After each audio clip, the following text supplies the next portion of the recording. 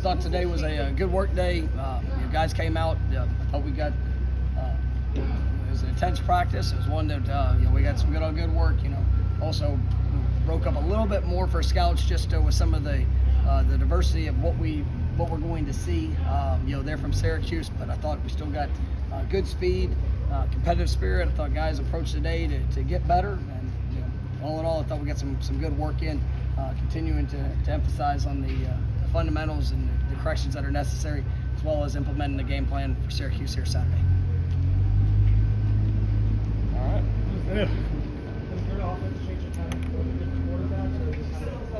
They've done a really good job of establishing the run game, and they've got a dynamic back. The quarterback can definitely run. Big kid. Has a good arm. It's just he has a great deal of talent. They're going to have a specific plan for him and what they want to do. We've seen a little bit of it implemented, but they're going to have a plan for us. And so we got to make sure we're taking care of ourselves, communicating, doing a great job, and then we got to trust what we see, and then you'll be able to react to that with a relentless pursuit to the ball.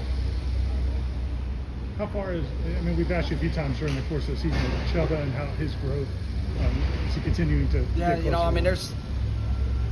There's some really good moments, and there's some things that he's just continuing to grow with, and just overall understanding. But I'm excited about the steps I'm seeing.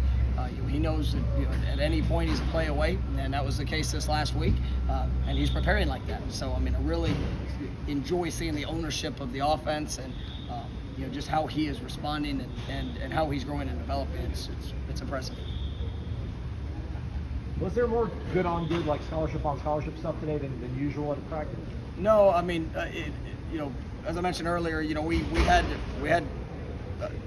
enough of it, but there was one or two periods that were not, where we still got scouts because of the versatility of what Syracuse shows. We wanted to make sure we got our guys a little bit more of a preview of that, and not trying to cross train two different things for our guys. Is that the most dangerous 1-2 punch you guys have maybe seen in terms of quarterback and running back? We've seen some pretty good combinations, but this is a very talented running attack. These guys they can make you pay. You've got to be tight on your fits. You've got to come when you get there. You better come with your feet and all that you have. These guys they've done a really nice job. You look at it, they're 3-1 for a reason. That was a big win.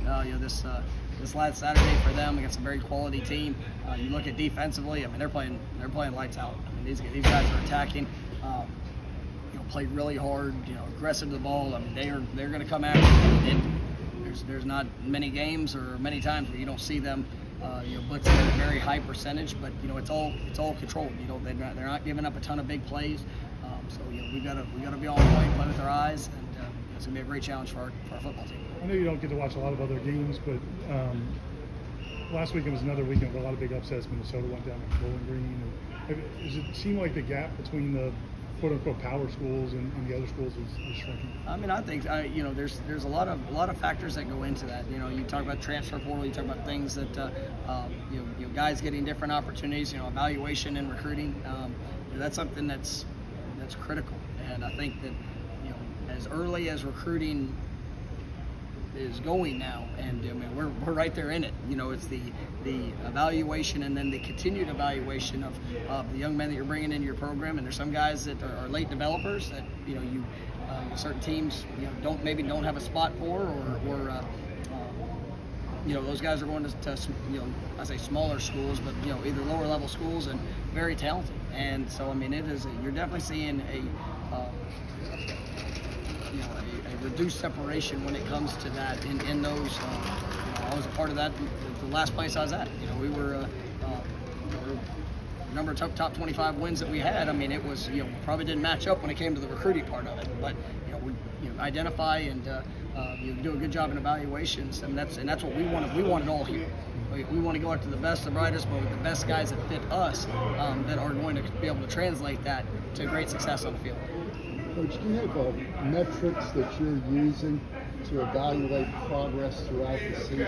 Yeah. Team goals, objectives? Yeah, but we have, and we talked about it a lot, just the base objectives of what it is to play winning football. And, that is owning the football, it's playing discipline, being great in special teams, third downs and red zone. That's one of the things that we're always going to focus on. But then each week, there's a matchup, and what are the things in the matchup that we're going to have to do to be able to be successful. And I think that, and I'll always address that with the guys throughout the course of the week, and we go back at the end of it, and you get graded on it, and you can, it's pretty clear and evident that the reasons why you come up short are we're not achieving at those areas that are essential for us to have success in any game, but then also having a focus to the individual week. Are the players able to use that as an encouragement for getting better? I mean, every player gets graded. We have some position groups that are playing at a high level.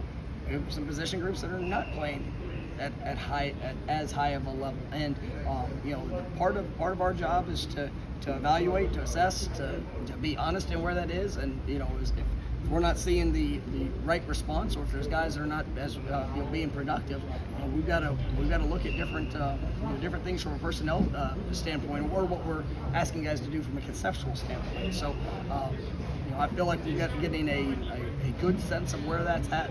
I'd like for that to have, some of the things that we've seen that have been mistakes, or things that where we have struggled, has not all shown up on the practice field, and that's one of the things that's challenging as a coach. And there's some unexpected things that I thought might have been a bigger strength that in the moment, for whatever reason, sometimes it's confidence issues, sometimes it's things that are going on in a variety of different other ways in these kids' lives, and those are things that we have to work through. And it's a fun challenge as a coach, but it's one that we embrace and we're continuing to do throughout each week and after games and throughout the week of practice. That long Seems run, like the response has been good. Uh, What do you attribute that to? I think we have kids that really believe. I think they want to be successful. I know I've said it a few weeks in a row, and I'm tired of saying it, but with all the right intentions of what we want to do, just in the moment, sometimes we've operated almost outside of it, and it's just keeping that focus, play in and play out, making sure that we're trusting those fundamentals. Today's practice, I had a couple players that I've really challenged in the last couple of weeks, that we need to see the fundamentals show up that I know they're capable of executing. And today, for whatever reason, it was on point, and they performed better. And so you're building that confidence, and then that's got to show up for 3.5 hours come Saturday. on that Jay Sean's long run, it was already a good run until he made that cut, kind of the second level. I mean, that, as a coach, how much fun is it to see a guy do things like that? That is a perfect example.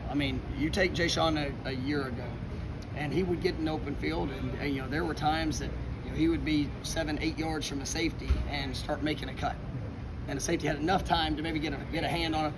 That cutting the inside shoulder, that something we talk about, something we emphasize, but to see that, the tracks that he was running, and the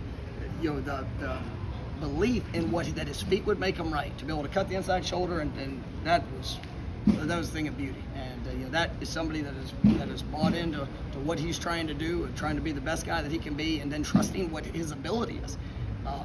That's one of the things you just gotta, as you're talking to these kids, you're giving those evaluations that we talked about. It's also just the belief that they can.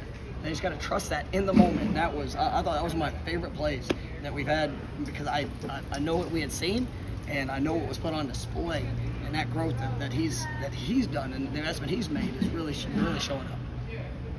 How does Maurice make you guys better if he's able to go? Just athleticism, toughness. Just the things that he can do. It allows us to have a little bit more depth there inside. Bayvion's a guy that's played center and guard, so it allows that. If we need a rotation, or we need guys that that might be battling through some things right now, it allows us a little bit more flexibility there. Maurice is a really good player. Last year he's a freshman All-American, for a good reason. I thought he showed growth. He's bigger, stronger, more confident in the calls and the ownership of the offense. So I'm excited about the steps I've seen from him, and hopefully we'll be able to see where he's at here as the week goes on. But it was good to see him get to work today. You and Kenny are very like-minded, but is there enough kind of differing that you like between you and Kenny philosophically, that there's good ideas being kind of shared? If there was 10 down and distance, No, that's you guys have no, it's seven. and that's one of the things that I've always liked about him is that he is very transparent in his feelings and thoughts, and so it is. We definitely do not always agree.